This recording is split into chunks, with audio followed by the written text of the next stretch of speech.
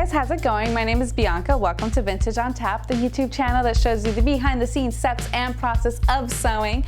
In this particular video though, we are going to be talking about choosing fabrics for your projects. Now this particular topic seems pretty basic, seems pretty 101, but to be honest, it is one of those topics that does not get discussed enough, especially because your entire project is going to be impacted by this one decision.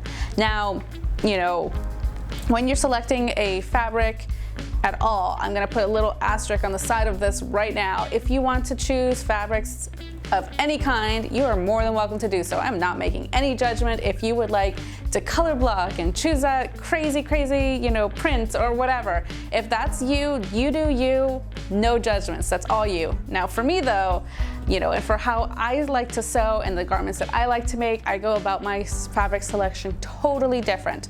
So I'm gonna be talking about what I recommend if you want to do projects more in line with like how I like to do them, or if you want something a little bit more professional. Now, for the purposes of this video, I went ahead and picked out a pattern that I'm planning on making soon.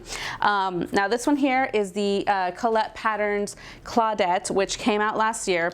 Now the nice thing about this particular dress is that it's been in my collection for a while, and the fabrics that it's mentioning are pretty, you know, pretty standard, so it's going to give us something to talk about. Anyway, imagine I'm making this, and I'm going to make it for a job interview. I want to look professional. I want to look crisp, clean. I want to look like, yes, give me that job or whatever it is, right? So I wanted to pick this one here so that we can go over the individual fabrics that are being suggested on this particular dress. All right, so the first it's giving me as a first line, medium weight woven fabrics such as cotton lawn, shirting, poplin, broadcloth, linen, sateen, crepe, and rayon challis, or challis, depending on where you're correcting me from. Anyway, so, you know, as we're looking at these options, there are so many, especially because they're all very, very different. When you're looking at fabrics like this, it's like the options are immense, and you want to make sure to pick the right fabric for the specific thing that you're doing. Now, if I'm thinking about, oh, I want to go in for a job interview, I want to make sure that whatever fabric I choose for the project is going to look as professional and as put together as possible. Now, this is something that was super stressed when I was at university, so this is something that I've really taken from there, is that, you know, the difference between a professional, ready-to-wear, high-end, couture, all that sort of stuff, like that end of the sewing and garment spectrum, and home sewing and DIY is fabric.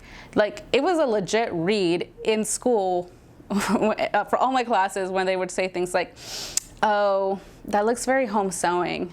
And that's not where I'm coming from. I do not want my garments to be readable and clockable as they're walking down the street. Like, I want to make sure that my stuff looks like I walked right into a Bloomingdale's, I grabbed this stuff off the rack, and it fits me perfectly, and I am looking fabulous for that job interview, right? So as I'm looking at this medium weight woven fabrics and this giant list that are so varied, I go ahead and I move on to my Swatch Books. Now, I've already done a video about Swatch Books. If you have not already seen it, please go ahead and do so now. I'm gonna go ahead and pop a link down in the description, and I have a link somewhere in this box. Anyway, so I have two Swatch Books going on right now. The first one is the one I set up at school that has all the swatches that I normally use to select my garments, but I have one that I am currently created myself, and it's the one that I originally made for the video, the one that I did last year. Anyway, so you'll recognize some of the swatches from that video here. Anyway, so I'm flipping through here, and as I'm looking at my pattern, it's telling me medium weight woven fabrics. So again, you want to make sure to choose the right fabric for your garment. Now I'm going through, feeling it's like, okay, well, this is a linen. If I wanted to use a linen, there's no actual linen here. These are all recommended, but I could use a linen. It fits the requirements. It feels really nice. The color's really good. Now, obviously, the bigger that your swatch book gets, some of these fabrics may no longer be available. You know, like you might be going through there and it's like, oh, okay, well, that looks cute. You might not be able to find it anymore. That's okay. That's not the point of the swatch book. The point of the swatch book is to go through and be able to feel as many fabrics and figure out, okay, well, this is a quilting cotton. Is it gonna have the right hand for this piece, right? Now, the more swatches you collect, the better. That is the key to the swatch book. You want to go ahead and build up your tools as much as you possibly can, especially as you're going through this list. A tool that I am absolutely loving right now, that I actually put in some of their swatches here. A tool that I'm absolutely loving right now is actually, I have it right here, the Mood Swatch Club that just came out. Now, thank you, Mood. They went ahead and sent me this freebie to check out, and I actually fell in love with it the moment that I opened it. Why? Because it is increasing my swatches by like 25 swatches a month, which is crazy because if you have ordered from Mood before, it can be really pricey to order swatches from there. I think they're like $1.50 a piece, $1.50 US. But the box itself is like 20 bucks and you get 25 swatches in there. Anyway, as I said, if you're deciding to make a dress, you want it to make it look professional. You need as many swatches as you can possibly get, so you have the biggest range of swatches to choose from and to look at. So here is part of the Swatch Club that the swatches that they sent me.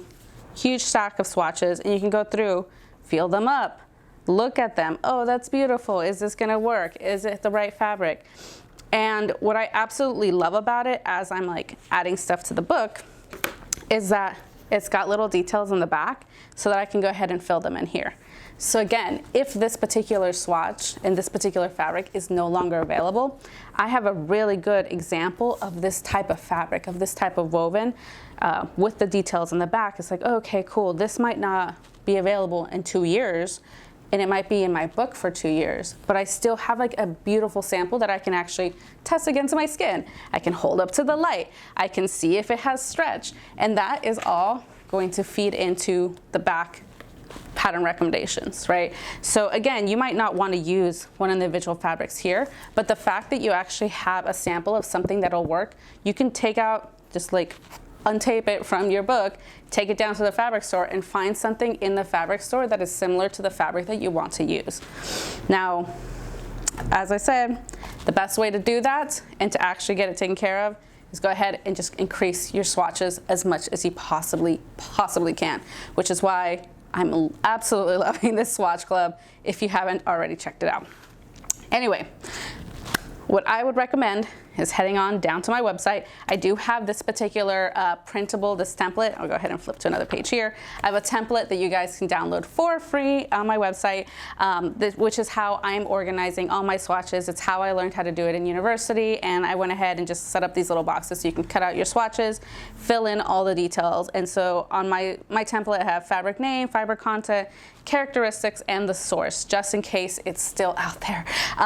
So definitely go to my website and check that out. If you are on Instagram, go ahead and tag me on any fabrics that you have bought recently that are like 100% stellar for your garment. Tag me on all your photos so that I can go ahead and comment. I definitely answer DMs. Might take me a little bit, but I do get back to everybody.